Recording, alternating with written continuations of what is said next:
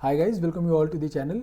आज हम लोग एक सबसे important topic that is called maintenance, भरण पोषण के बारे में डिस्कस करेंगे।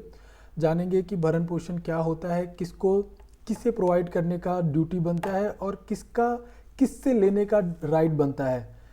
ये सब चीज़ों के बारे में डिस्कस करेंगे। तो चलिए स्टार्ट करते हैं।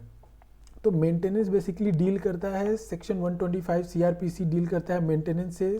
Criminal procedure code section 125 1973 govern करता है मेंटेनेंस के बारे में डिस्कस करता है। तो इसे वन बाय वन डिस्कस करेंगे, किसे मेंटेनेंस का राइट है और किसका ड्यूटी बनता है किसको मेंटेन करने का।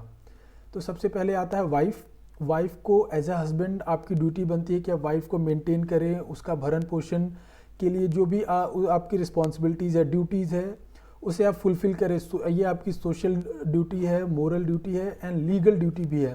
जी हाँ, ये लीगल, सोशल, मोरल, ये तीनों ड्यूटी है, आपकी रिस्पॉन्सिबिलिटी है। तो अगर वाइफ बेसिकली अगर नहीं अर्न कर रही है तो आपकी ड्यूटी बनता है कि आप उसे मेंटेन करें सो दैट उसे कोई प्रॉब्लम ना हो मैट्रिमोनियल होम में। नेक्स्ट आता है चाइल्ड, माइनर चाइल्ड है अगर आपका, तो आपकी ड्यूटी बनती है कि आप उसे मेंटेन करें।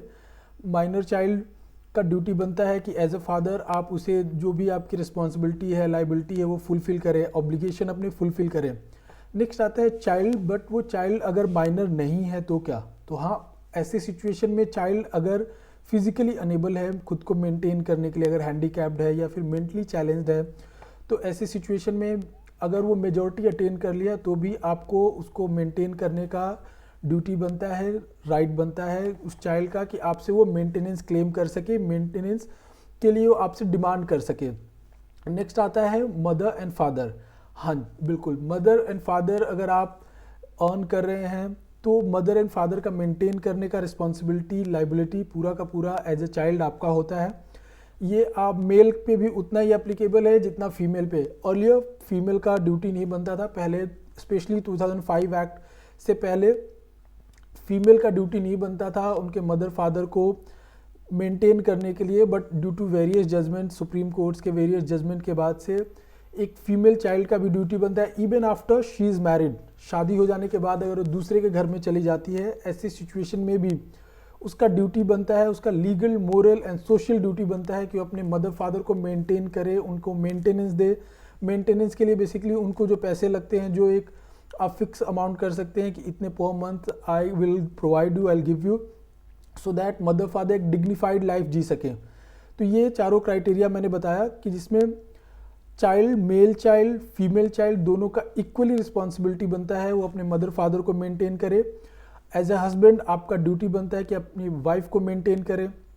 एज ए फादर आपका ड्यूटी बनता है कि आप अपने माइनर चाइल्ड को मेंटेन करें। अगर आपका चाइल्ड वो लेजिटिमेट है या इलेजिटिमेट है, इट डजंट मैटर। अगर आपकी शादी से बच्चा हुआ है या फिर आपने शादी के बाहर भी किधर रिलेशन बनाया है और ड्यू टू दैट रिलेशन अगर आपका कोई बच्चा पैदा होता है तो उस बच्चे को भी मेंटेन करने का आपका रिस्पॉन्सिबिलिटी है। यस, अगर आपका इलिजिटिमेट चाइल्ड है तो ऐसे सिचुएशन में भी आपका ड्यूटी बनता है, वो वाइफ, वो फीमेल क्लेम कर सकती है कि आपसे वो मेंटेनेंस ले उस बच्चे के लिए। खुद के लिए तो वो नहीं ले सकती अगर वो वाइफ नहीं है। अगर आप आउट ऑफ मैरिज आपने किसी से रिलेशन बनाया, अगर बच्चा पैदा होता है तो वो फीमेल आपसे मेंटेनेंस क्लेम नहीं कर सकती, बट दैट चाइल्ड, जो आपका चाइल्ड है, वो आपसे मेंटेनेंस क्लेम कर सकता है। तो ऐसी सिचुएशन में as a man, as a male आपकी ड्यूटी बनती है कि आप उसका मेंटेनेंस का जो भी ड्यूटी बनता है आपका फुलफिल करें, उसके एजुकेशन से लेके, उसके खाने पीने से लेके, उसके रहने से लेके, ये आपकी सारी रिस्पॉन्सिबिलिटी बनती है, आपकी ड्यूटी बनती है। और रही बात फीमेल की, तो फीमेल जब शादी होके दूसरे घर में चली जाती है तो बेसिकली इंडिया में, स्पेशली नॉर्थ इंडिया में, ये कॉन्सेप्ट है कि लड़की पराई धन होती है। बट फिर भी पराई धन होने के बाद भी, आई डोंट कंसिडर दैट पराई धन, बट इवन अगर पराई धन होने के बाद भी उसकी ड्यूटी बनती है कि वो अपने मदर और फादर को मेंटेन करे। तो ये था सिचुएशन 125 अंडर सीआरपीसी में मेंटेनेंस का। अगर मेंटेन नहीं करता है वो चाइल्ड, वो फादर, वो हस्बैंड, तो ऐसे सिचुएशन में क्या किया जा सकता है? तो ऐसी सिचुएशन में आप कोर्ट को अप्रोच कर सकते हैं और कोर्ट नेसेसरी एक्शन लेगा। कोर्ट देखेगा कि वो कितना कमाता है, उसकी अर्निंग कितनी है या फिर उसकी कैपेसिटी कितनी है अर्न करने की। कुछ केसेस में ऐसा देखा गया है कि जो अर्न करता है, जो सपोज 50,000 अर्न कर रहा है तो उसने अपना इनकम दिखाया 10,000। कुछ लोगों ने तो just because of that case wife ने केस किया तो ऐसी सिचुएशन में वो जॉब छोड़ के बैठ जाता है कि मैं तो जॉब ही नहीं कर रहा जी, मैं तो कैसे मेंटेन करूँगा। तो ऐसी सिचुएशन में कोर्ट देखता है कि आपकी अर्निंग कैपेसिटी क्या है, आप कितना अर्न कर सकते हो, आप क्यों नहीं जॉब कर रहे। आपकी अर्निंग कैपेसिटी जितना है उसके हिसाब से आप पे इम्पोज करता है ड्यूटी लाइबिलिटी आपकी, कि उसके अकॉर्डिंग आप मेंटेनेंस दें।